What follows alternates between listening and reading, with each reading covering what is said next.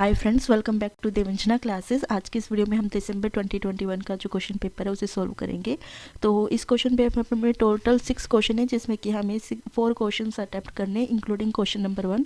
Question number 1 जो है वो कंपलसरी है। तो चलिए स्टार्ट करते हैं। दिसंबर 2021 का ये क्वेश्चन पेपर है। ओके, चलिए देखिए फ्रेंड्स, यहाँ पे मैं सीरीज़ ऑफ वीडियोस लेके आऊँगी इस चैनल पे क्वेश्चन पेपर को सॉल्व करने के लिए ECO02 के।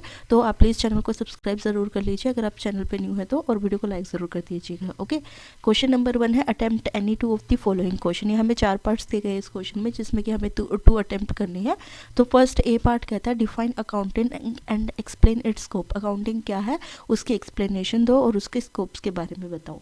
तो मैं उसको आपको एक रियल लाइफ एग्जाम्पल से बता देती हूँ। जैसे मान लीजिए कोई भी बिजनेस शुरू हुआ, बिजनेस में जैसे कोई भी आप गुड्स पर सेल कर रहे हैं, आपका बिजनेस है स्टेशनरी का, स्टेशनरी में आप जो स्टेशनरी आइटम सेल कर रहे हैं, तो वहाँ पे एक कस्टमर आया, आपने उसको जो है स्टेशनरी आइटम दिया, कोई भी बुक दी या कोई भी पेन या पेंसिल आपने सेल की, तो उसके बदले में आपको जो है मनी मिली। तो वो जो लेन देन होता है, goods exchange of goods in terms of money, तो वो कहलाती है ट्रांजेक्शन।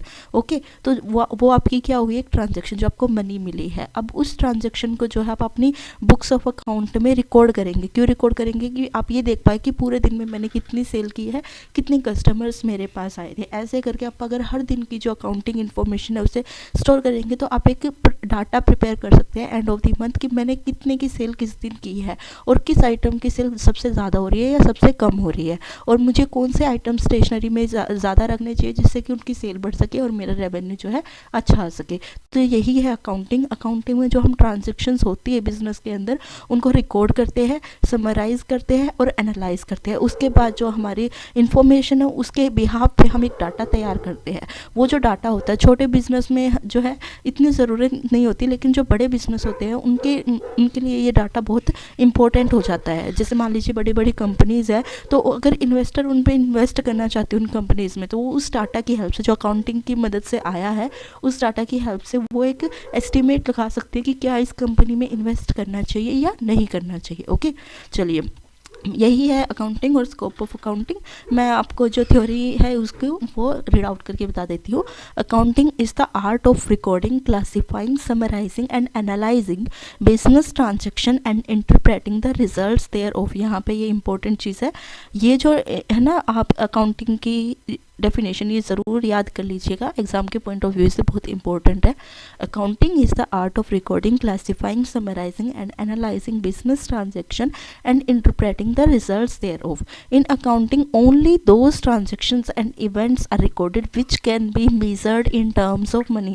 Accounting में हमें उन्हीं ट्रांजेक्शन या उन्हीं इवेंट्स को रिकॉर्ड करते हैं जो कि मनी की फॉर्म में मेज़र किए जा सकते हैं। Okay, the basic objective of accounting is to provide the desired information to the owner as well as to other interested parties, that is investors, creditors, employees, financial institution. Financial institution को bank भी कहते हैं। Okay, bank का ही नाम, दूसरा नाम जो है फाइनेंशियल इंस्टीट्यूशन है, government, etc.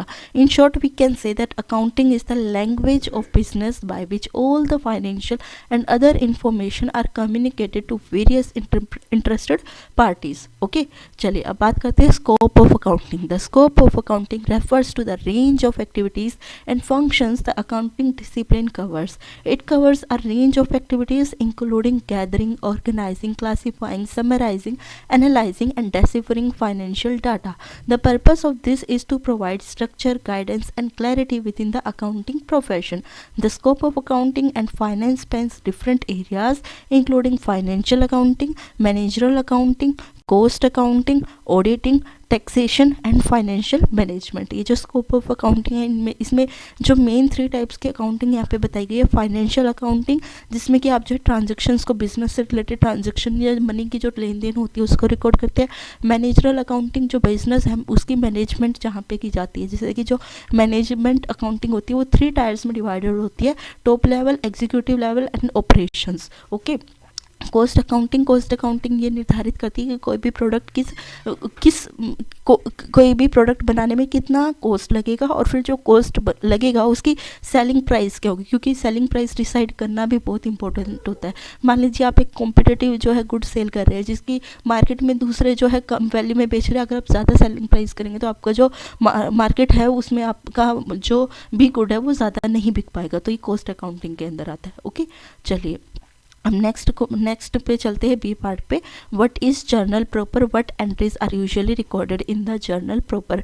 जर्नल प्रॉपर क्या होता है और किस तरह की जो एंट्रीज है वो जर्नल प्रॉपर में रिकॉर्ड की जाती है। देखिए फ्रेंड्स, जब हम रिकॉर्डिंग करते हैं ट्रांजेक्शन्स की किसी भी बिजनेस में या अपनी डे टू डे लाइफ में, तो जब हम बुक्स ऑफ अकाउंट प्रिपेयर करते हैं तो कुछ सब्सिडरी बुक्स होती है, जैसे कैश बुक, मतलब कोई भी ट्रांजेक्शन कैश में हुई है, आपके पास कस्टमर आया, उसने या आपने कोई भी एक्सपेंस किया है कैश में किया, जहाँ पे भी कैश इन्वॉल्व होता है वो ट्रांजैक्शन कैश में जो है कैश बुक में रिकॉर्ड होती है।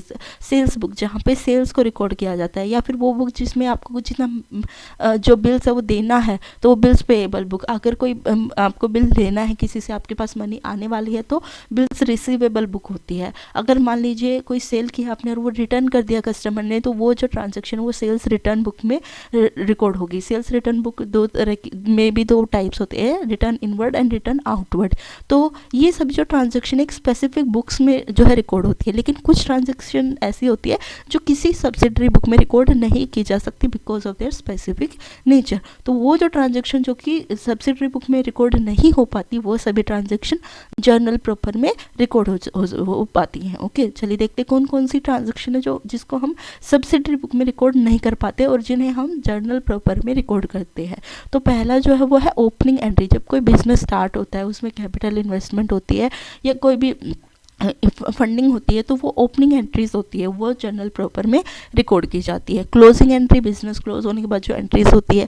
रेक्टिफिकेशन एंट्री, मतलब कोई भी एरर आई रिकॉर्डिंग करने में, जैसे मान लीजिए किसी को 200 का बिल पेमेंट करना था लेकिन 20 रुपीज़ का बिल पेमेंट किया गया बिकॉज ऑफ टाइपो, तो वो रेक्टिफिकेशन एंट्री वहाँ पे की जाएगी उस एरर को हटाने के लिए। वो जो रेक्टिफिकेशन एंट्री है वो जर्नल प्रॉपर में की जाएगी with the help of suspense account.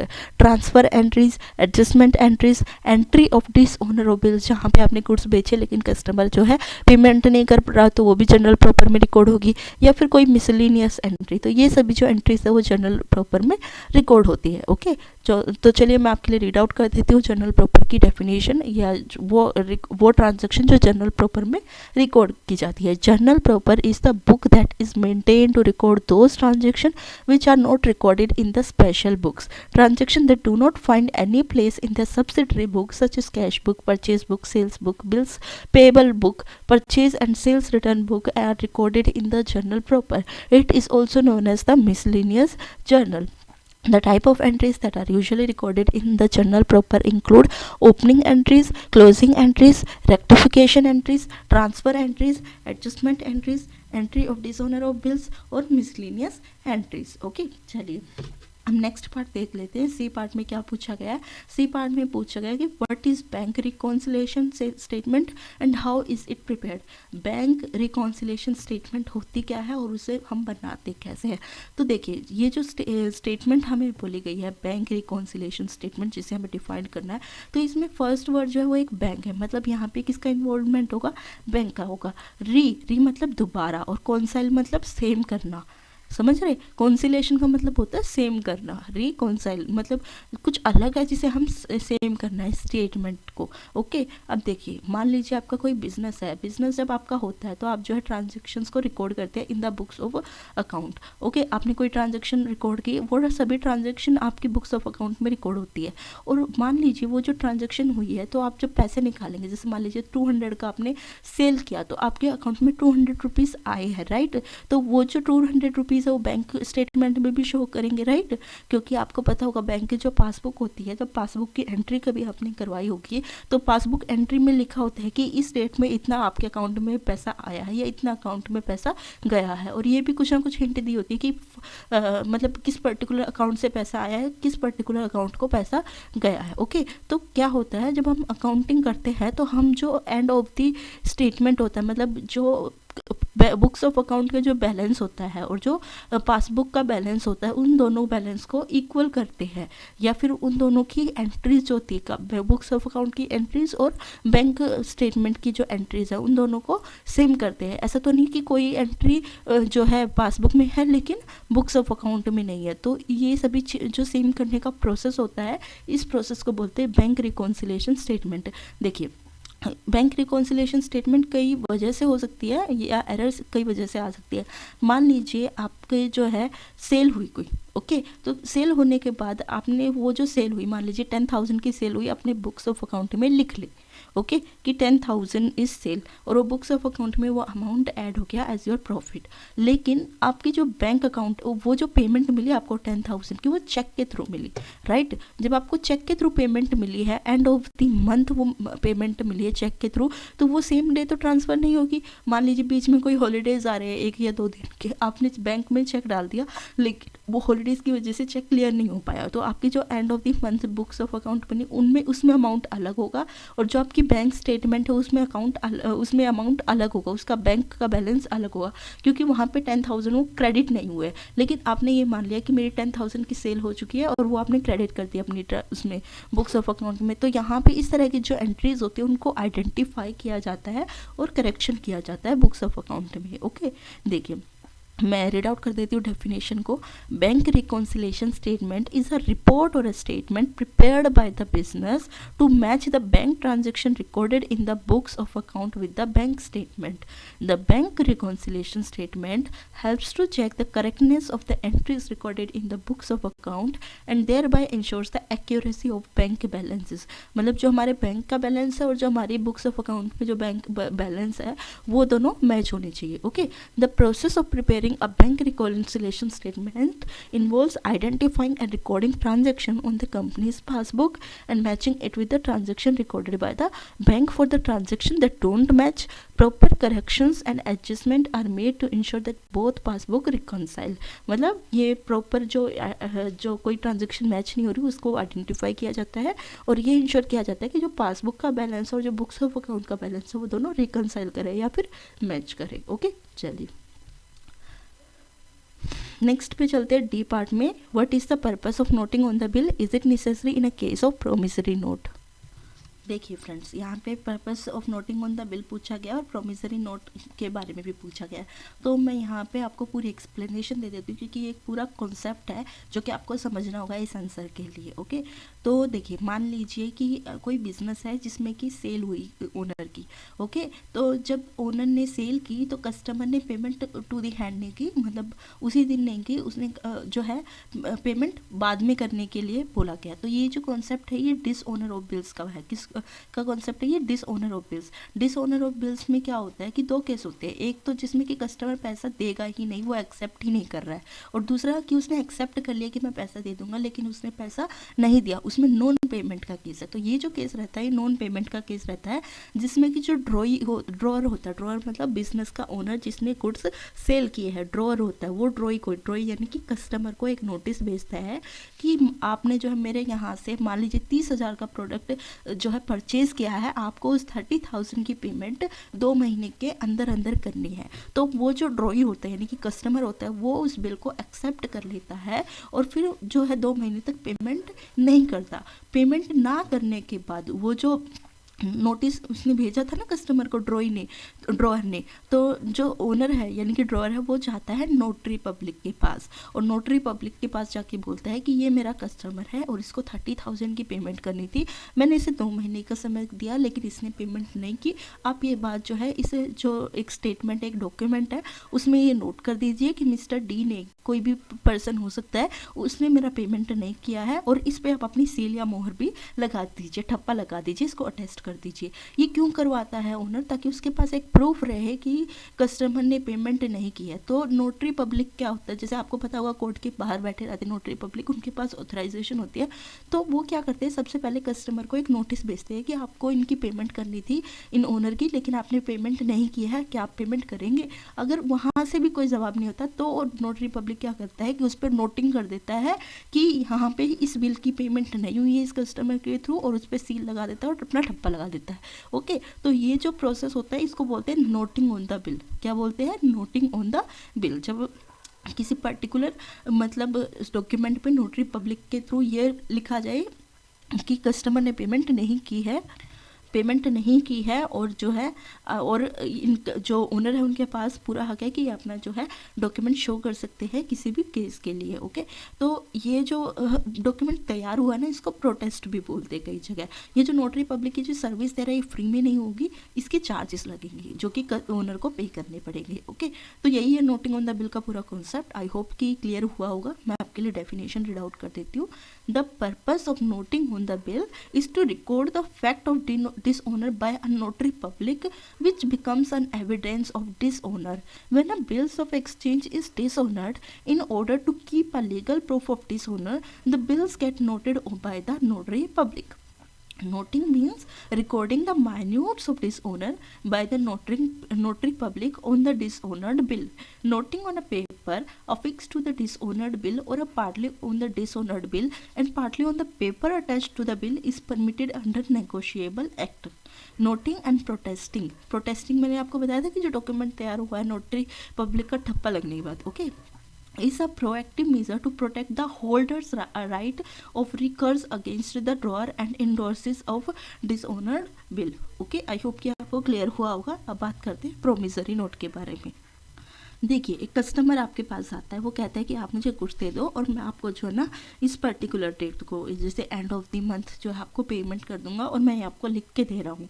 तो ये जो नोट होता है ना जो कस्टमर के थ्रू जो सेलर है उसको दिया जाता है उसको बोलते हैं प्रोमिसरी नोट। अभी सेलर हमें खुद दे रहा है, मतलब परचेजर जो खुद सामान खरीद रहा है वही नोट दे रहा है, तो उसे मतलब वो एक नोटिस दे रहा है, तो उस डॉक्यूमेंट को जो है अटेस्ट करवाने की भी ज़रूरत नहीं पड़ती नोटरी पब्लिक के थ्रू, राइट। और ये कोई एविडेंस के तौर पे भी काम नहीं करता, तो यही होता है एक promissory note. Okay, as for a promissory note it is not necessary to have it noted. मतलब प्रोमिसरी नोट को नोटरी पब्लिक के थ्रू हमें नोट कराने की ज़रूरत नहीं होती। A promissory note is not compulsorably attestable document unlike bills of exchange. There is no need of acceptance of promissory note as here the payer is himself the maker of note. There is no requirement that a promissory note be made on a certain type of a paper or document or that it contains complex language, though it is important to be as specific as possible. Okay, चलिए D part तक हमारा हो गया है। Question number 1 हमारा complete हो गया। चलिए अब क्वेश्चन नंबर 2 की तरफ चलते हैं। क्वेश्चन नंबर 2 है ए पार्ट में बोला गया है distinguishes between cash basis and accrual basis of accounting. Why do you consider accrual basis more rational? Discuss. देखिए फ्रेंड्स, ये जो वीडियो है थोड़ा हो सकता है लेंथी हो, लेकिन यहाँ पे मैं हर एक कॉन्सेप्ट आपको क्लियर करके बता रही हूँ, तो प्लीज़ वीडियो को एंड तक ज़रूर देखिएगा। तो यहाँ पे हमसे 2 मेथड्स ऑफ अकाउंटिंग बोले गए हैं, एक कैश बेसिस है और एक एक्यूरल बेसिस है। उन दोनों में ये डिफरेंस बताना है और ये बताने कि एक्यूरल बेसिस क्यों ज़्यादा अच्छा माना जाता है। देखिए फ्रेंड्स, मैं यहाँ पे आपको जो है ये एक एग्जाम्पल के थ्रू बताना चाहूँगी। मान लीजिए एक सब्जी वाला है जो कि सुबह सब्जी खरीद के लाता है मंडी से, 1000 रुपये की वो सब्जी मंडी से खरीद के लाया, फिर शाम को जो है पूरे मोहल्ले में पूरी लोकेलिटी में घूम के जो है अपनी सब्जियां बेचता है और एंड ऑफ द डे उसके पास 1200 रुपये होते हैं। ओके, मतलब जब वो घर आता है सारी सब्जी बेच के उसके पास 1200 रुपये होते हैं। लेकिन जब वो सब्जी बेच रहा होता है शाम को, कुछ जो कस्टमर्स होते हैं वो कैश में सब्जी लेते हैं और जो कुछ कस्टमर्स होते हैं वो ये बोलते हैं कि आज खुले पैसे नहीं है, तो कल आ जियो हमसे पैसे लेने के लिए। ठीक है, तो जो भी कस्टमर्स होते हैं जो कि मतलब कल आने के लिए बोलते हैं या उधार पे सब्जी खरीदते हैं, तो उनका नाम वो जो है एक डायरी में नोट डाउन कर लेता है कि मुझे इन से पैसे लेने हैं, और फिर कल अगले दिन जाके उन सब कस्टमर से पैसे मांगता है। ओके, लेकिन जो कस्टमर जो उस दिन जिस दिन उसकी 1200 रुपये की सेल हुई थी इन कैश, जो कि उसके हाथ में थे कैश में, उसी दिन 300 रुपये की सब्जी उसने उधार भी बेची थी। ठीक है, तो जब वो अपने घर आता है 1200 रुपये लेकर, तो वो यही समझता है कि मैंने 1000 रुपये आज खर्च की सब्जी खरीदने में मंडी से, और मेरे पास आज अभी मेरे पास 1200 रुपये है, तो मेरा आज का टोटल कमाई कितनी हुई? 200 रुपये। वो ये नहीं सोचेगा कि वो जो 300 रुपये की सब्जी और बेची गई है वो उसका प्रॉफिट है, नहीं, उसके अकॉर्डिंग जो उसके हाथ में कैश है वही उसकी कमाई है, बाकी सब जो है कमाई नहीं है। ओके, तो उसके अकॉर्डिंग जो अपने हाथ में है वो अपना है, बाकी सब सपना है, उसके अकॉर्डिंग ये है। तो इस बेसिस ऑफ अकाउंटिंग को बोलते हैं हम cash basis of accounting. Okay, तो दूसरी जो टाइप ऑफ अकाउंटिंग हमें पूछी गई वो है accrual basis of accounting. Accrual basis of accounting में क्या बोला जाता है कि चाहे हमारी सेल क्रेडिट में हुई हो यानी कि उधारी पे हुई हो या हमारी सेल कैश में हुई हो, हम दोनों को एज अ प्रॉफिट या एज अ सेल कंसिडर करेंगे। हमें ये नहीं फर्क पड़ता कि कस्टमर आज पैसा देगा या कल पैसा देगा। अगर कोई सेल हुई है तो इसका मतलब वो आज ही हुई है, चाहे वो कस्टमर 1 महीने बाद दे या 10 दिन बाद दे या 4 महीने बाद दे। मतलब इसमें क्रेडिट ट्रांजैक्शन और कैश ट्रांजैक्शन दोनों को रिकॉर्ड किया जाता है, लेकिन कैश बेसिस ऑफ अकाउंटिंग में सिर्फ कैश ट्रांजैक्शंस को रिकॉर्ड किया जाता है। जैसे मान लीजिए बड़ी बड़ी कंपनीज होती है, कंपनी में एम्प्लॉय ने ज्वाइन किया 5th ऑफ द मंथ, 5 दिसंबर को मान लीजिए जो है एम्प्लॉय ने ज्वाइन किया, तो 5 दिसंबर से लेके 1 जनवरी तक पूरे मेहनत करता है। तो वो क्या सोचता है कि मेरी सैलरी आ जाएगी, लेकिन उसके हाथ में सैलरी नहीं आई है। तो वो जो मतलब बेसिस ऑफ अकाउंटिंग है वो है एक्यूरल बेसिस। और जो ये सब्जी वाला रोज़ सब्जी बेच रहा है लेकिन इसके हाथ में जितना कैश आया है वही उसको ये लगता है कि यही मेरी कमाई है, बाकी जो जितना उधार पे बेचा है वो मेरी कमाई नहीं है, इस बेसिस ऑफ अकाउंटिंग को बोलते हैं कैश बेसिस अकाउंटिंग। आई होप कि आपको जो एग्जाम्पल है वो क्लियर हुआ होगा। मैं आपके लिए जो है दोनों basis of accounting read out कर देती हूँ। इसके साथ साथ मैं ये भी एक्सप्लेन कर दूँ कि एक्यूरल बेसिस ऑफ अकाउंटिंग क्यों ज़्यादा है। देखिए, एक्यूरल बेसिस में हम कैश और क्रेडिट ट्रांजैक्शन दोनों को रिकॉर्ड करते हैं। इस वजह से हमारी जो सारी ट्रांजैक्शन है वो इन्वॉल्व हो जाती है अकाउंटिंग में। मान लीजिए कोई इन्वेस्टर है जो कंपनी में मतलब इन्वेस्ट करना चाहता है, तो उसके पास मतलब सारी ट्रांजैक्शंस उसको दिखाई देगी। ये नहीं दिखाई देगा कि कितना मतलब जो है बच गया है या रह गया, उसको उससे कोई लेना देना नहीं है। सारी जो अकाउंटिंग है उसके सामने होगी और इससे जो बैलेंस शीट में है लाइबिलिटीज़ या एसेट उनकी करेक्ट इन्फॉर्मेशन मिल जाती है। और जो हमारी अकाउंटिंग गैप एक एसोसिएशन है प्रिंसिपल्स की या फिर एससीसी है, वो भी इसको ऑथराइज करती है एक्यूरल बेसिस ऑफ अकाउंटिंग को। ओके, देखिए मैं रीड आउट कर देती हूँ इस पूरे कॉन्सेप्ट को। Cash basis versus accrual basis of accounting. The main difference between cash basis and accrual basis of accounting lies in the timing of when revenue and expenses are recognized. Cash basis accounting, revenue is reported on the income statement only when cash is received and expenses are recorded only when cash is paid out. It's simple in nature and follows a single entry system. जो cash basis of accounting होता है उसमें income जब भी मानी जाती है जब कैश पैसा हाथ में आ जाता है। अगर कोई उधारी पे जो है सेल हुई है तो उसको हम कंसिडर नहीं करेंगे, उसको ऐसा रेवेन्यू जो है कंसिडर नहीं करेंगे। कैश बेसिस में कंपनी का या बिजनेस का खर्चा जब भी माना जाता है जब उसकी पेमेंट की जा चुकी होती है। अगर हमने उधारी पे कोई जो है खर्चा किया है तो उसको हम रिकॉर्ड नहीं करेंगे।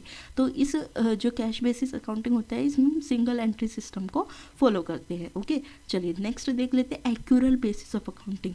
इन accrual basis of accounting revenue is recognized when it is earned, not necessarily when cash is received.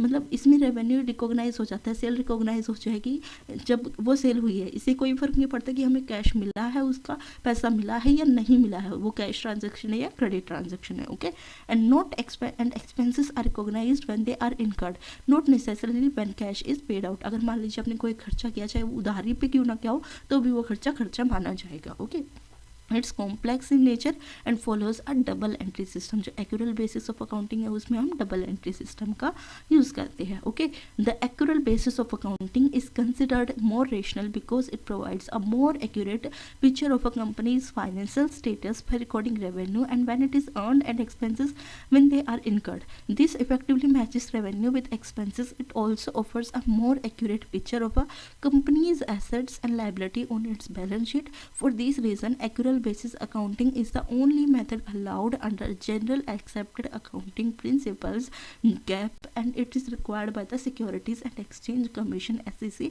for publicly traded companies. Okay, चलिए अब नेक्स्ट पार्ट देख लेते हैं क्वेश्चन नंबर 2 का। क्वेश्चन नंबर 2 का बी पार्ट है जिसमें कि डेप्रिसिएशन के ऊपर ये क्वेश्चन जो है बेस्ड है। मैं क्वेश्चन को रीड आउट कर देती हूँ। तो following were the balances of assets as on January 1, 2017।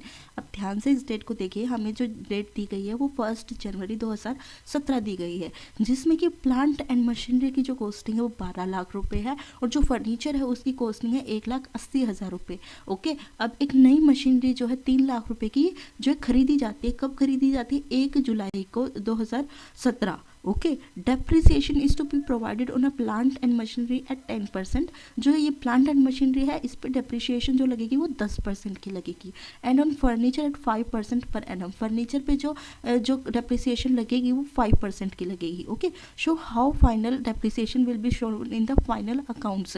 अब फाइनल अकाउंट्स में जो मतलब फाइनल अकाउंट मतलब 1 जनवरी 2017 से लेके एंड ऑफ द ईयर में कितना डेप्रिसिएशन, पूरे एक साल में कितना डेप्रिसिएशन लगेगा वो बताइए। जिसमें कि हमने जो नई मशीनरी खरीदी थी ना ये जुलाई में, इसका भी डेप्रिसिएशन हमें ऐड करके बताना है। ओके। तो देखिए इन दोनों का जो डेप्रिसिएशन है वो तो हम इजीली निकाल सकते हैं। डेप्रिसिएशन का फॉर्मूला क्या होता है कि जो एक्चुअल वैल्यू है एसेट की उसमें से हमने जो जितनी वैल्यू यूज़ कर दी डिवाइडेड बाय जितना परसेंट हमारा डेप्रिसिएशन लगेगा। तो 12 लाख पे 10% लगाएंगे। मान लीजिए हमने इनको यूज़ ही नहीं खरीदा किया है। ओके। 1 जनवरी को ही खरीदा तो उनकी रेसिडुअल वैल्यू 0 हो गई। तो हमने 12 लाख का 10%, 1,80,000 का 10%, और ये जो 3 लाख है एक मशीनरी है तो मशीनरी पे भी कितना है 10% है। लेकिन इसकी जो डेप्रिसिएशन निकलेगी जो नई मशीनरी आई थी उसकी आधे साल की निकलेगी। मतलब 1 साल की जितनी डेप्रिसिएशन आएगी 10% के हिसाब से उसको हम आधा कर देंगे। क्यों आधा कर देंगे? क्योंकि जुलाई में खरीदी है मशीनरी, जुलाई से लेकर दिसंबर तक का 6 महीने हो जाते हैं। तो 6 महीने की हम डेप्रिसिएशन जो है कैलकुलेट करेंगे, फिर हम तीनों वैल्यूज़ को ऐड कर देंगे। ओके। यही है ये क्वेश्चन। बाकी मैं इसका सोल्यूशन आपको बता देती हूँ। देखिए आप यहाँ पे देख सकते हैं depreciation is calculated using the straight line method. कौन सा मेथड? स्ट्रेट लाइन मेथड और रिटर्न डाउन वैल्यू मेथड। लेकिन यहाँ पे हम स्ट्रेट लाइन मेथड का यूज़ करेंगे जिसके अकॉर्डिंग डेप्रिसिएशन जो होती है equals to the cost of an asset minus residual value upon में useful life of an asset. Okay. हम ये मान के चल रहे हैं कि ये जो एसेट था उसको हमने जनवरी में ही खरीदा तो रेसिडुअल वैल्यू क्या हो गई? 0। तो जो आपकी प्लांट और मशीनरी की जो डेप्रिसिएशन होगी 12 लाख का 10% होगा। 12 लाख का 10% हो गया 1,20,000 रुपये पर एनम। ओके। फर्नीचर की डेप्रिसिएशन कितनी होगी? 5% जो कि होगी 9,000 पर एनम। लेकिन जो न्यू मशीनरी थी उसकी भी 10% होगी क्योंकि ये एक मशीनरी है। ओके। तो 3 लाख का 10% कितना हो गया? हो गया वो 30,000। लेकिन हमने इसका आधा कर देना क्योंकि ये जो मशीनरी है वो सिर्फ 6 महीने ही यूज़ हुई है। तो 6 महीने की डेप्रिसिएशन होगी 15,000 रुपये। ओके। तो ये साल 2017 के लिए जो टोटल डेप्रिसिएशन होगी वो हम इन तीनों वैल्यूज़ को ऐड करके निकालेंगे। 1,20,000, 9,000 और 15,000। तो फाइनल जो डेप्रिसिएशन आई वो 1,44,000 आ गई। ओके। जो डेप्रिसिएशन है वो एज ए एक्सपेंस शो की जाती है इनकम स्टेटमेंट में और डिडक्ट की जाती है रिस्पेक्टिव एसेट वैल्यू में से जो कि बैलेंस शीट में हम ऐड करते हैं। ओके। चलिए अब नेक्स्ट क्वेश्चन पे चलते हैं। नेक्स्ट क्वेश्चन जो है कंसाइनमेंट बेसिस का है, कंसाइनमेंट का है। हमारे प्रीवियस वीडियो में किसी एक व्यूअर ने पूछा था कि कंसाइनमेंट में आपने डेबिट या क्रेडिट ये सभी क्यों नहीं लिखे हैं। तो आज जो है मैं कंसेप्ट क्लियर कर देती हूँ जो है कंसाइनमेंट का, फिर उसके बाद आई होप कि आपको जो है क्लियर हो जाएगा। तो चलिए स्टार्ट करते हैं। देखिए फ्रेंड्स, जब भी हम कंसाइनमेंट की अकाउंटिंग करते हैं तो हमारे पास 2 पार्टीज इन्वॉल्व होती है। एक तो होता है कंसाइनर। कंसाइनर मतलब देखिए मैं आपको पूरा स्टार्टिंग से कॉन्सेप्ट बता देती हूँ। कंसाइनमेंट का होता क्या है, मान लीजिए एक मैन्युफैक्चरर है, मैं एक मैन्युफैक्चरर हूँ जो एक गुड्स प्रोड्यूस करती है कुछ भी। जैसे मान लीजिए मेरा जो बिजनेस है वो फर्नीचर का है, लेकिन मैं फर्नीचर खुद सेल नहीं करती, मैं किसी थर्ड पार्टी एजेंट को बोलती हूँ कि आप जो है ना मैंने फर्नीचर बनाया है इसे मार्केट में बेचो। अगर आप मार्केट में बेचोगे ना तो इसी प्राइस में, मतलब मान लीजिए मैंने फर्नीचर बनाया 10,000 का और मैं उसको बोलती हूँ आप इसे 12,000 में बेचना, 12,000 से कम मत बेचना। तो ये 12,000 जो है मेरा इनवॉइस प्राइस है। और जो उस थर्ड पार्टी एजेंट अगर वो बेच देगा 12,000 में तो मैं उसको एक पर्टिकुलर मान लीजिए 10% का कमीशन दे रही हूँ। ओके। लेकिन अगर वो 12,000 से ज़्यादा पे वो गुड बेच देता है, फर्नीचर बेच देता है, तो उसको मैं एडिशनल 5% और दे रही हूँ। मतलब उसका टोटल कमीशन कितना हो गया? 15% हो गया। ओके। तो जो गुड्स बनाता है वो होता है कंसाइनर। ओके। और जो गुड्स बेचता है कंसाइनर के बिहाफ पे थर्ड पार्टी एजेंट जो होता है उसको बोलते हैं हम कंसाइनी। तो हमारी जो कंसाइनमेंट की जो अकाउंटिंग होती है वो 2 बुक्स ऑफ अकाउंट्स में होती है, एक कंसाइनर की बुक्स ऑफ अकाउंट में और एक जो है कंसाइनी की बुक्स ऑफ अकाउंट में। तो अभी हम जो है कंसाइनर की बात करेंगे कि कंसाइनमेंट में कंसाइनर की अकाउंटिंग कैसे की जाएगी। तो कंसाइनमेंट अकाउंट जो होता है उसे हम एज अ नॉमिनल अकाउंट जो है ट्रीट करते हैं। नॉमिनल अकाउंट का रूल होता है debit all expenses and losses and credit all income and gains. मतलब जितना भी एक्सपेंस या लॉस हो रहा है उस बिजनेस में उसको हम डेबिट करेंगे, या कोई भी इनकम आई है या कोई भी जो है इनकम या रेवेन्यू जनरेट हुआ है उसको हम जो है एज अ क्रेडिट करेंगे। ओके। जब भी पैसा आएगा बिजनेस में तो उसको हम जो है डेबिट करेंगे, और जब भी पैसा, वेट फॉर अ मिनट, मैंने शायद गलत बोल दिया है, यस यस, जब भी पैसा आएगा बिजनेस में तो हम उसे क्रेडिट करेंगे, मतलब बैंक अकाउंट जो है, सॉरी डेबिट होगा, डेबिट करेंगे, और जब भी पैसा जाएगा उसे हम क्रेडिट करेंगे। ओके, तो चलिए अब हम देख लेते हैं। पहली जो ट्रांजेक्शन रिकॉर्ड होगी कंसाइनर के लिए वो होगी consignor send goods on a consignment. Consignor ने क्या है, गुड्स भेजे कंसाइनमेंट के लिए। ओके, तो इस केस में जो है कंसाइनर ने गुड्स भेजे, किसको भेजे, कंसाइनी को भेजे। तो इस केस में जो कंसाइनर का अकाउंट है वो डेबिट होगा, और जो कंसाइनी है उसका अकाउंट क्रेडिट होगा। Consignor account debit to consignee account credit. Okay, ये ट्रांजेक्शन रहेगी, ये रिकॉर्डिंग रहेगी। जब कंसाइनर कोई एक्सपेंस करता है, मतलब जब हम गुड्स भेजते हैं तो उसको भेजने में कुछ ना कुछ खर्चा लगता है, तो कंसाइनर अकाउंट डेबिट, क्योंकि all expenses will be debit, और consign to consignee account credit. अब जब कंसाइनी पेमेंट करेगा, एडवांस में पेमेंट हमारे पास आएगी, तो यहाँ पे all income and expense, all expenses and losses will be debited and all income and gains will be credit. तो कंसाइनर का अकाउंट जो है क्रेडिट होगा और कंसाइनी का अकाउंट डेबिट होगा। ओके, रिसीव गुड्स, अब कंसाइनी की कुछ एक्सपेंसेस है तो वो जो है वो क्रेडिट, वहाँ पे उसने खर्चा किया, वो खर्चा किसको उठाना पड़ेगा, कंसाइनर को उठाना पड़ेगा। तो कंसाइनर अकाउंट डेबिट होगा और कंसाइनी अकाउंट क्रेडिट होगा। कंसाइनी सोल्ड गुड, कंसाइनी ने जो है गुड्स बेच दिए, कंसाइनी ने हमारे बिहाफ पे गुड बेचे, यानी कि कंसाइनर के बिहाफ पे गुड बेचे, तो एक तरह से इनकम किसकी हो रही है, कंसाइनर की हो रही है, तो कंसाइनर अकाउंट क्रेडिट होगा। कमीशन ड्यू टू कंसाइनी, अब कमीशंस जो है वो देने हैं कंसाइनी को, तो यहाँ पे हमारा एक्सपेंस हो रहा है, तो कंसाइनर अकाउंट डेबिट होगा। Valuation of stock line with consignee, मतलब जो गुड्स है वो कंसाइनी के पास बचे हुए हैं, तो वो जो है कंसाइनर अकाउंट डेबिट होगा। प्रॉफिट और लॉस ऑफ कंसाइनमेंट, मतलब अगर प्रॉफिट होगा तो कंसाइनर अकाउंट जो है क्रेडिट होगा, अगर लॉस होगा तो डेबिट होगा। सेटलमेंट विद कंसाइनी और क्लोजिंग लेजर अकाउंट, तो ये दोनों, ये सभी जो होती है कंसाइनमेंट में कंसाइनर का अकाउंट हमने देखा है। अब हम बात करेंगे कंसाइनिंग अकाउंट में हम कैसे ट्रांजैक्शंस को रिकॉर्ड करते हैं, कौन सी ट्रांजैक्शन डेबिट होगी, कौन सी क्रेडिट होगी।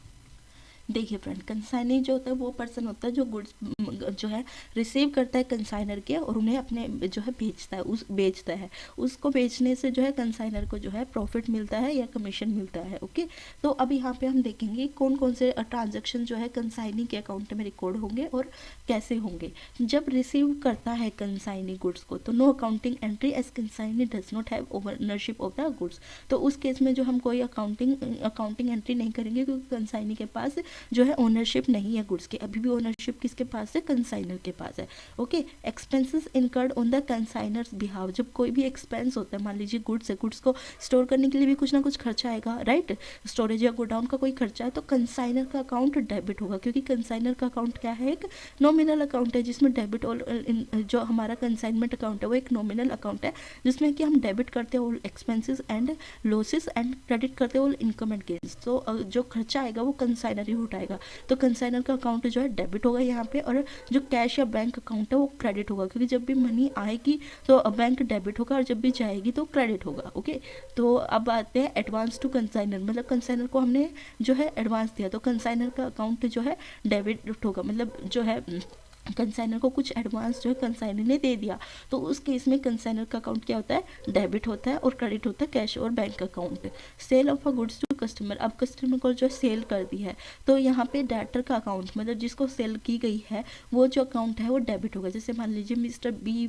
एक्स ने हमारे गुड्स जो परचेज किए कंसाइनर से, तो जो बी एक्स था उसका जो अकाउंट है वो डेबिट होगा और जो सेल्स अकाउंट है वो हमारा क्रेडिट होना चाहिए। तो यहाँ पे जो डेटर्स अकाउंट है वहाँ पे ये जो कंसाइनर का अकाउंट है जिसकी गुड्स है उसका अकाउंट क्रेडिट होगा। ओके, बैड डेब्ट्स जब आते हैं तो if del credere commission debit consignor account and credit debtors account, if no del credere commission then debit bad debts account और क्रेडिट डेब्टर्स अकाउंट। ये नॉर्मली आता नहीं है हमारे एग्जाम में। बात करते हैं कमीशन ऑन सेल की, जब कमीशन दी जाती है किसी भी कंसाइंड गुड्स को सेल करने में तो जो कंसाइनर का अकाउंट है वो डेबिट होगा और कमीशन जो है वो कमीशन इनकम अकाउंट क्रेडिट होगा। और remittance on consignor debit consignor's account और क्रेडिट कैश और bank account. Okay, I hope कि आपको क्लियर हुए होंगे ये कॉन्सेप्ट। चलिए अब नेक्स्ट अपने क्वेश्चन पे ही पहुंच जाते हैं हम। तो क्वेश्चन नंबर 3 में बोला गया वनस्पति लिमिटेड कंसाइन 500 kg ऑफ वनस्पति घी टू अशोका डीलर्स। जो है एक वनस्पति लिमिटेड है जिन्होंने 500 किलो घी जो है अशोका डीलर्स जो कि एक कंसाइनी है उनको असाइन किया है, कंसाइन किया है, जो कि चंडीगढ़ से बिलोंग करते हैं। हर 1 किलो घी जो है वो 80 रुपये का, इन्होंने 5000 किलो जो है कंसाइन किया है। ओके, पेड 500 फॉर कैरेज, 500 रुपये का खर्चा है उसको सामान को एक जगह से दूसरी जगह पहुंचाने में कैरेज के लिए, 2500 रुपये पैकिंग के लिए और 2000 रुपये जो है इंश्योरेंस इन ट्रांजिट के लिए यूज़ किए गए हैं। ओके, फिर 3 महीने बाद जो कंसाइनमेंट की डेट थी उस 3 महीने बाद जो है अशोका डीलर ने रिपोर्ट किया कि उन्होंने 3500 किलो जो है घी बेच दिया है। कितने रुपये पर केजी पे बेचा है? 95 रुपीज़ पर केजी। और उसको बेचने में जो खर्चा लगा उनको, मतलब गोडाउन में स्टोर करने के लिए, कुछ भी करने के लिए 5000 रुपये, और गोडाउन रेंट जो है 7500 रुपये है, और सेल्समैन की सैलरी जो है 7500 रुपये है। तो Ashoka dealers are entitled to commission 5% on sale. अब इस सेल पे कितने का कमीशन मिलना चाहिए था उन्हें? 5% का। 500 kg of ghee was accidentally destroyed, मतलब यहाँ पे एक लॉस हुआ है जो कि डिस्ट्रॉय हो गया है जो घी। Okay, insurance claim of 35,000 was admitted, prepare the necessary ledger in the books of both parties के अकाउंट में जो पर्टिकुलर लेजर बनाएंगे। ओके, तो यहाँ पे हम ये देखेंगे कि कौन सी जो अकाउंट है वो क्रेडिट होगा या कौन सा अकाउंट डेबिट होगा। तो देखिए यहाँ पे वनस्पति लिमिटेड का अकाउंट बनाएंगे हम in the books of Ashoka dealer. तो यहाँ पे date amount, particulars, date amount, ये देखिए यहाँ पे मैं बना नहीं पाई हूँ, लेकिन ये जब हम डिवाइड करते हैं, यहाँ पे डिविजन इतना अच्छे से नहीं है, तो ये जो साइड होती है इसे डेबिट साइड बोलते हैं। क्या बोलते हैं? Debit side. ओके, यहाँ पे डेबिट ट्रांजैक्शंस रिकॉर्ड की जाती है, उस साइड को बोलते हैं क्रेडिट साइड। ओके, तो यहाँ पे इस जब हम बनाएंगे, जैसे आप पेज पे या पेंसिल से बनाएंगे, तो ये जो बॉक्स होता है ना जिसमें डेट और अमाउंट ऐड किया जाता है, ये होता है हमारा डेबिट साइड, और ये पेज हमारा जो होता है, ये साइड ऑफ द पेज होती है क्रेडिट साइड। ओके, लेकिन यहाँ पे मैं आपको क्लैरिटी के लिए बता दूँ कि जैसे मैंने यहाँ पे बना रखा है ये, तो यहाँ पे जैसे डेट पर्टिकुलर्स बताया गया, ये गुड्स सेंट ऑन कंसाइनमेंट, फिर उसके बाद एक बार है, और जो सेकंड बार है वो अमाउंट के लिए। तो ये जो सिस्टम है, ये इतना जो है ये डेबिट साइड है, और बाकी जो बचा हुआ पार्ट है वो क्रेडिट साइड है। ओके, यहाँ पे मैं आपके लिए ड्रॉ नहीं कर पाई, चलिए मैं आपको बता देती हूँ। तो जब गुड्स सेंड किए गए कंसाइनमेंट में 5000 kg at the rate 5000 kg ghee at the ₹80 पर kg, तो यहाँ पे जो है 4 लाख के जो है गुड्स जो है सेंड किए गए। तो यहाँ पे जो कंसाइनर का अकाउंट है वो डेबिट होगा बाय बैंक अकाउंट क्रेडिट। यहाँ पे जो ट्रांजेक्शन है ये क्रेडिट ट्रांजेक्शन है, बैंक अकाउंट क्रेडिट। कितने में क्रेडिट हुई? ये 3,32,000, क्योंकि इन्होंने 95,000 पर के, पहले हम डेबिट देख लेते हैं। ओके, तो डेबिट में सबसे पहले क्या लिखेंगे कि गुड सेंड किए गए कंसाइनमेंट में 80 रुपीज़ पर केजी के लिए। ओके, तो जहाँ पे 2 होगा ना वहाँ पे मतलब डेबिट होगी, और जहाँ पे बाय होगा वो क्रेडिट ट्रांजेक्शन होती है। ओके, तो सेकंड जो डेबिट ट्रांजेक्शन है कंसाइनर के अकाउंट में, 2 एक्सपेंसेस, जितने उसने एक्सपेंसेस किए हैं, carriage plus packing plus insurance, जो कि कितना हो जाता है 5000 रुपीज़। ओके, 2 गोडाउन रेंट का भी जो खर्चा वो कंसाइनर को ही उठाना पड़ेगा, 5000 रुपीज़ है। ओके, 2 सेल्समैन जो सेल्समैन की सैलरी है वो 7500 है, ये भी डेबिट ट्रांजैक्शन है। टू लॉस बाय फायर, यानी कि जो भी खराब हुआ था घी वो कितने का हुआ था? 40,000 का हुआ था। ओके, तो टोटल डेबिट कितना हो गया हमारा? 4,57,500। ओके, तो ये जितनी भी अंडरलाइन ट्रांजैक्शन है जो कि ब्लू पेन से है वो सारी डेबिट ट्रांजैक्शन है। अब बात कर लेते हैं कंसाइनर के अकाउंट में क्रेडिट ट्रांजैक्शन की। अब जो कंसाइनी है उसने जो है 3,500 किलो जो घी है वो सेल किया था। कितने रुपए पर केजी में किया था?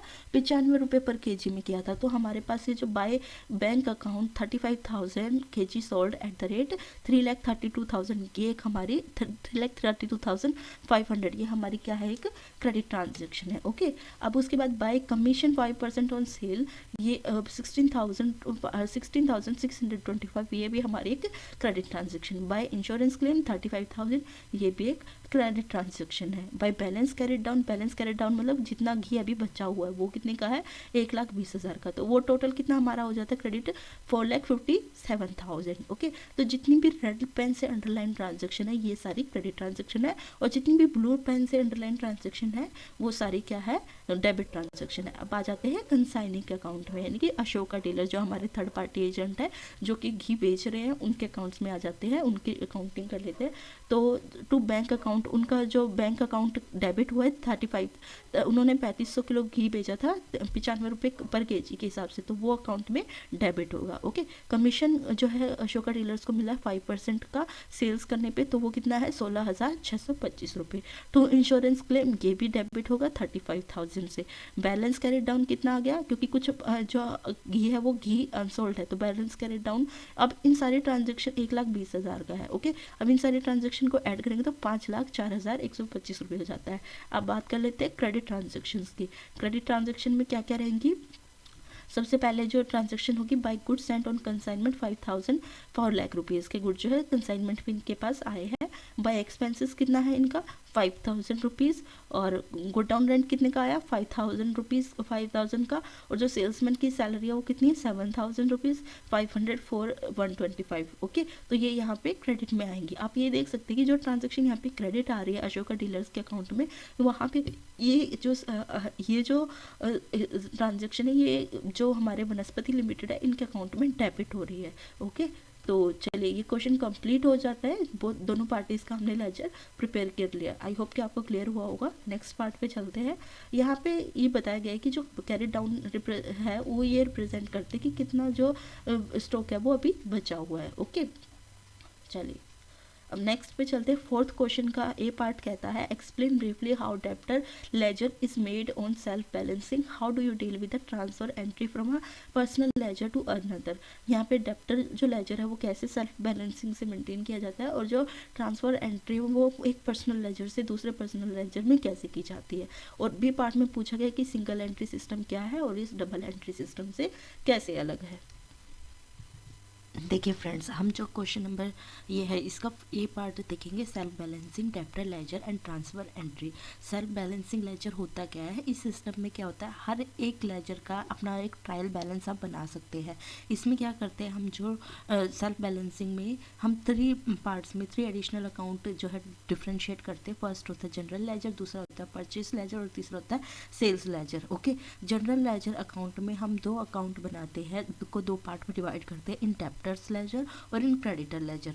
ओके, तो मैं आपके लिए रीड आउट कर देती हूँ। A self balancing ledger is a system where each ledger maintains its own trial balance. हर एक जो लेजर है उसका एक अलग ट्रायल बैलेंस होता है। वैसे हर एक लेजर का ट्रायल बैलेंस पॉसिबल नहीं है, लेकिन सेल्फ बैलेंसिंग की सिस्टम हेल्प से हम जो है हर एक लेजर का अपना एक ट्रायल बैलेंस बना पाते हैं। Okay, in general ledger adjustment account, in debtors ledger और creditors ledger, in debtors and a creditor ledger adjustment account in general ledger। Okay, general laser को हम जो है 2 पार्ट में डिवाइड करते हैं, डेप्टर्स लेजर और creditor ledger. In the context of debtor ledger, जो हमारा डेप्टर लेजर होता है, the general adjustment is use to record the transaction that effect the general ledger but originate in the debtors ledger. मतलब इस general ledger में जो adjustment करते हैं वो इस तरह से होती है कि जो ट्रांजेक्शन जनरल लेजर में हो रही है लेकिन वो डेप्टर की लेजर से आई है। Okay, this ensures that the total of the debtor ledger balances with the total of individual debtor account in the general ledger. देखिए, जैसे मान लीजिए कोई डेप्टर होता है, डेप्टर का जो बैलेंस होता है वो डेबिट होता है। क्या होता है, डेबिट होता है। जब उसका डेबिट बैलेंस जो है क्रेडिट में कन्वर्ट हो जाए, किस में कन्वर्ट हो जाए, क्रेडिट में। मतलब डेप्टर का कौन सा बैलेंस होता है, डेबिट बैलेंस, वो क्रेडिट में कन्वर्ट हो जाए। ये, और जो हमारा क्रेडिटर होता है उसका बैलेंस होता है CR में। ओके, क्रेडिटर का बैलेंस क्या होता है, क्रेडिट होता है। क्या होता है, क्रेडिट। अब जब उसका क्रेडिट बैलेंस जो है डेबिट हो जाए तो इस सिचुएशन को हम बोलते हैं कॉन्ट्रा एंट्री। क्या बोलते हैं, कॉन्ट्रा एंट्री। कॉन्ट्रा एंट्री में क्या होता है, जैसे मान लीजिए कोई डेप्टर है जिससे हमें जो है 5,000 लेने दे, तो मान लीजिए उसने 5,000 से 1,000 रुपीज़ जो है ज़्यादा पेमेंट कर दिया, हमारे पास 6,000 रुपीज़ आ गए, तो जो 1,000 रुपीज़ है वो क्रेडिट बैलेंस हो जाएगा।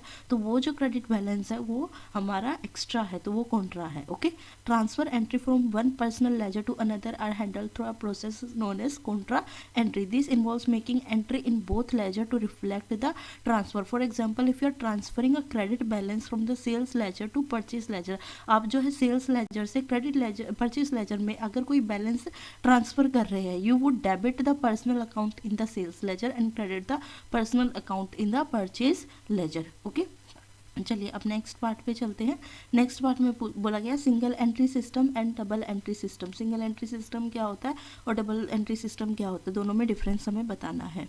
देखिए फ्रेंड्स, सिंगल एंट्री जो सिस्टम होता है उसमें से ये सबसे सिंपल फॉर्म होती है बुक कीपिंग की, जिसमें हर एक जो ट्रांजैक्शन होती है उसकी एक सिंगल एंट्री होती है। मतलब ये छोटे बिजनेसेस के थ्रू यूज़ की जाती है सिंगल एंट्री सिस्टम, जिसमें सिर्फ कैश अकाउंट इन्वॉल्व होता है लेकिन क्रेडिट अकाउंट इन्वॉल्व नहीं होता। कैश और जो पर्सनल अकाउंट है वही जो है इसमें रिकॉर्डेड होता है, जिससे कि यहाँ पे जो इन्फॉर्मेशन मिलती है वो आधी अधूरी होती है। और ये अच्छा सिस्टम नहीं है अकाउंटिंग का, मतलब फिजिबल नहीं है बड़े बिजनेस के लिए। छोटे बिजनेस के लिए सिंगल एंट्री सिस्टम ओके, लेकिन बड़े बिजनेसेस के लिए डबल एंट्री सिस्टम अच्छा है, क्योंकि डबल एंट्री सिस्टम में हर एक ट्रांजैक्शन रिकॉर्ड की जाती है, जिसमें कि 2 एंट्री होती है, जैसे कि एक डेबिट और एक क्रेडिट एंट्री। मतलब कौन सा अकाउंट डेबिट हुआ है, कौन सा अकाउंट क्रेडिट हुआ है, ये अकाउंटिंग में रिकॉर्ड किया जाता है। ओके, ये जो डबल एंट्री सिस्टम होता है ये बहुत ज़्यादा कॉम्प्लेक्स होता है, और इसके लिए हमें अकाउंटिंग प्रिंसिपल्स को समझना पड़ता है। उसके बाद हम जो डबल एंट्री सिस्टम है उसे समझ पाते हैं। इसमें हर एक तरह के जो है रिकॉर्ड्स होते हैं, हर एक ट्रांजैक्शन रिकॉर्ड की जाती है, जिससे कि एक अच्छा इंफॉर्मेशन मिल जाता है फाइनेंशियल चीज़ों के बारे में। ओके, जो डबल एंट्री सिस्टम है ये बड़े बिजनेसेस के थ्रू यूज़ किया जाता है।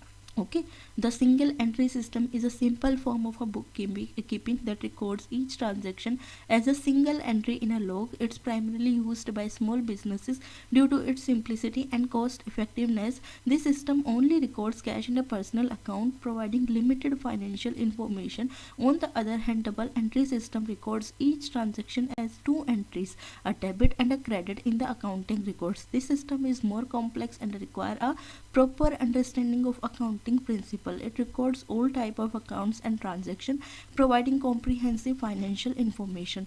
This system is widely used in a larger businesses and organization.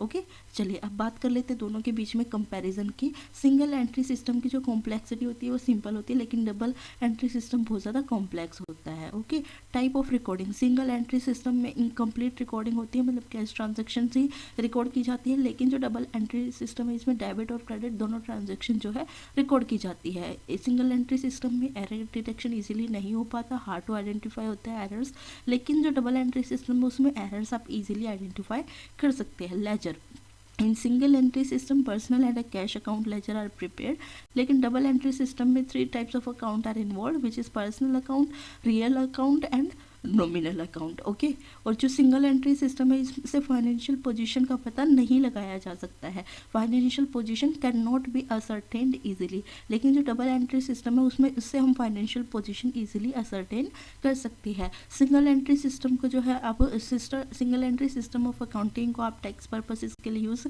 नहीं कर सकते हैं, लेकिन आप जो डबल एंट्री सिस्टम है उसको टैक्स पर्पस के लिए यूज़ कर सकते हैं। ओके, चलिए नेक्स्ट पे चलते हैं। क्वेश्चन नंबर 5 है, explain the meaning and accounting treatments of the term life membership fees and tournament fund while preparing the final accounts of a non trading concern. और बी पार्ट में दिया गया, Shiv Shankar and the sons purchased a car of 50 lakh on 1st of April 2013. The car was depreciated at 10% under the written down value method. On April 1, 2016, they changed the method of depreciation from written down value method to a straight line method without changing the rate. So the car account from April 1, 2013 to March 31, 2017। अब यहाँ पे क्या हुआ है कि एक car purchase की गई है 50 लाख जिसकी प्राइस है 50 लाख जिसकी प्राइस है, तो वहाँ पे उन्होंने 10% पर एनम जो है डेप्रिसिएशन लगाई है under the return down value method. लेकिन उन्होंने क्या किया कि 3 साल बाद, मतलब 3 साल return down value method use करने के बाद उन्होंने जो ये मेथड है इसको चेंज कर दिया, और डेप्रिसिएशन में जो दूसरा मेथड होता है स्ट्रेट लाइन मेथड वो अप्लाई कर दिया। अब 1 साल बाद, मतलब 2013 से 3 साल बाद कितने हो गए, 2016 हो गया, राइट। अब उन्होंने 2017 तक जो है वो मेथड यूज़ किया, single line method, straight line method. अब ये बताइए कि जो 2016 से 17 तक जो है स्ट्रेट लाइन मेथड यूज़ किया, और 2013 से 16 तक जो है WDA return down value method use किया। तो बताइए मार्च 31, 2017 में उसकी क्या अकाउंटिंग होगी या कितनी डेप्रिसिएशन होगी। ओके, तो चलिए सॉल्व करते हैं इस क्वेश्चन को। देखिए फर्स्ट हमारे पास आता है life membership fee. Life membership fee क्या होती है, जैसे आप कभी मॉल में गए होंगे या जो छोटे मिनी मार्ट्स होते हैं, ग्रोसरी शॉप्स होते हैं, तो वहाँ पे जो ग्रोसरी के लिए बोला जाता है आपको कि ना आप एक मेंबरशिप कार्ड ले सकते हैं जो कि लाइफ टाइम के लिए आपके पास रहेगा, और इससे आपको जो है लाइफ टाइम बेनिफिट्स मिलेंगे हमारी कंपनी की तरफ से। तो यही होता है लाइफ मेंबरशिप फी, जिसमें कि जो है कस्टमर किसी भी ऑर्गेनाइजेशन का मेंबर्स बनने के लिए जो है फ़ी पे करते हैं, कुछ लमसम अमाउंट पे करते हैं। ओके, जो ये लाइफ लाइफ मेंबरशिप फ़ी जो रिसीव की गई कस्टमर से, इसको हम एज अ कैपिटल रिसिप्ट भी ट्रीट कर सकते हैं। इसके बदले जो ऑर्गेनाइजेशन है या जो भी मिनी मार्ट्स है उनको सर्विस प्रोवाइड करनी पड़ेगी, उन कस्टमर्स को लाइफ टाइम के लिए स्पेशल सर्विस प्रोवाइड करनी पड़ेगी। और ये जो लाइफ मेंबरशिप फ़ी होती है ये हमारी बैलेंस शीट में एज अ लाइबिलिटी हम शो करते हैं। ओके, अब बात करते हैं टूर्नामेंट फंड की। जैसे कोई स्पेशल फीस जो है, स्पेशल फंड जो है दिया जाता है किसी भी ऑर्गेनाइजेशन को बाय देयर मेंबर्स, तो वो कहलाता है टूर्नामेंट फंड। जैसे मान लीजिए आप किसी आपके पास कोई फी लाइफ मेंबरशिप कार्ड है या आप किसी क्लब के मेंबर है, अब वहाँ पे कुछ एडिशनल जो है आपके लिए सर्विस प्रोवाइड की जा रही है, उस एडिशनल सर्विस के लिए जो फंड है वो टूर्नामेंट फंड कहलाता है। ओके, जो अमाउंट है स्पेशल सब्सक्रिप्शन का ये क्रेडिट किया जाता है स्पेशल फंड में, जो कि रिकॉर्ड किया जाता है as a liability in the balance sheet. Okay, life membership fee, this is a fee paid by members who choose to become lifetime members of an organization. By membership fee may be treated as a capital received. This is because organization will have to provide services to these members for their lifetime. In this case, the amount of the life membership fee will be recorded as a liability in the balance sheet. Tournament fund, this is a special fund created from the additional amount collected from members for some special purposes. A tournament fund, for example, could be created to finance the organization of tournament. The amount of a special subscription is credited to the special fund that is recorded as a liability in the balance sheet. Change in depreciation method, अब जो B part था जिसमें कि हमने जो depreciation method है वो return down value method से जो है स्ट्रेट लाइन मेथड में कन्वर्ट कर दिया था, अब उसके हिसाब से हम जो है depreciation कैलकुलेट करेंगे। देखिए फ्रेंड्स, यहाँ पे कुछ टाइपो है क्योंकि यहाँ पे 50 लाख नहीं होगी वैल्यू कार की, 5 लाख होगी आई थिंक सो। तो उसके अकॉर्डिंग हम जो है क्वेश्चन को सॉल्व करेंगे। तो हमारा जो रिटर्न डाउन वैल्यू मेथड होता है उसके अकॉर्डिंग जो फॉर्मूला होता है डेप्रिसिएशन का वो होता है डेप्रिसिएशन इज इक्वल्स टू में cost of asset minus salvage value of the asset into में rate of depreciation in percentage. तो यहाँ पे सेल्वेज वैल्यू को हम 0 कंसिडर कर सकते हैं। तो हमारी जो रिटर्न डाउन वैल्यू से डेप्रिसिएशन 5 लाख की होगी वो 4,50,000 होगी फर्स्ट ईयर में, सेकेंड ईयर में 4,50,000 से जो है हमारी वैल्यू हो जाएगी 40,000, 4,50,000 और फिर उसके बाद 4,05,000 से यहाँ पे ये जो है ना टाइपो है, तो यहाँ पे जो 4,50,000 है उससे 4,05,000 हो जाएगी। 4,05,000 के बाद हमारी जो डेप्रिसिएशन की वैल्यू ये रहेगी, स्ट्रेट लाइन मेथड से हम कैलकुलेट करेंगे। ठीक है, तो जो डेप्रिसिएशन है 2016 की वो कैलकुलेट होगी स्ट्रेट लाइन मेथड से, और जो रिमेनिंग लाइफ है वो 5 ईयर्स 2016 से लेकर 2021 तक। The value represent the value of a car at the end of each year accounting for depreciation. Okay, चलिए नेक्स्ट क्वेश्चन पे चलते हैं। सिक्स्थ क्वेश्चन है right short note on 3 of the following. तो ये जो है इनमें से 3 पे हमें शॉर्ट नोट करने हैं, लेकिन हम सभी जो है के बारे में एक्सप्लेन करेंगे। सबसे पहले salient features of joint venture, joint venture के बारे में हमें बताना है।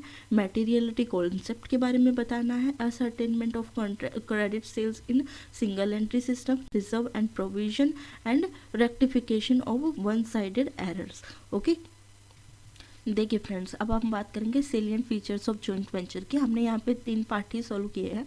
तो जॉइंट वेंचर क्या होता है, जिसमें एक या दो से ज़्यादा पार्टीज जो है कंबाइन होती है और बिजनेस को रन करने के लिए अपने जो रिसोर्सेज है वो देती है, या फिर कोई एग्रीमेंट, मतलब जैसे कि आपने देखा होगा कि बहुत सारे 2 से ज़्यादा जो है पार्टीज आ रही हैं और बिजनेस कर रही है जॉइंटली, तो उसी को बोलते हैं joint venture. Okay, a joint venture is a business arrangement between 2 और more parties who pool their resources for the successful completion of a specific task.